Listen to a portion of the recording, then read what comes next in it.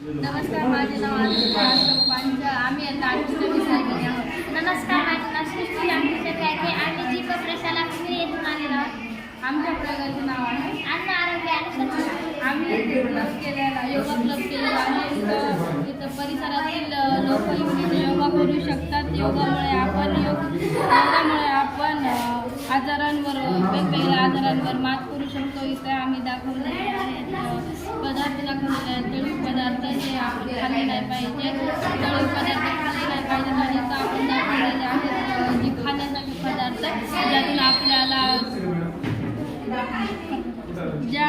ज्यातून आपल्याला स्निग्ध पदार्थ आणि कर्बोदके मिळतात. येथे आपण काही औषधी वनस्पती दाखवल्या आहेत, जसं कडुलिंब धान्याला कीड लागू नये म्हणून त्याचा वापर केला जातो. आणि ॲलोवेरातून आपला केस हिरवे होतात. केसाला लावल्यावर, चेहऱ्याला लावला आपला चेहरा टवटवीत राहतो. आणि इथे 2 प्रकारचे फुफ्फुस दाखवलेले आहेत.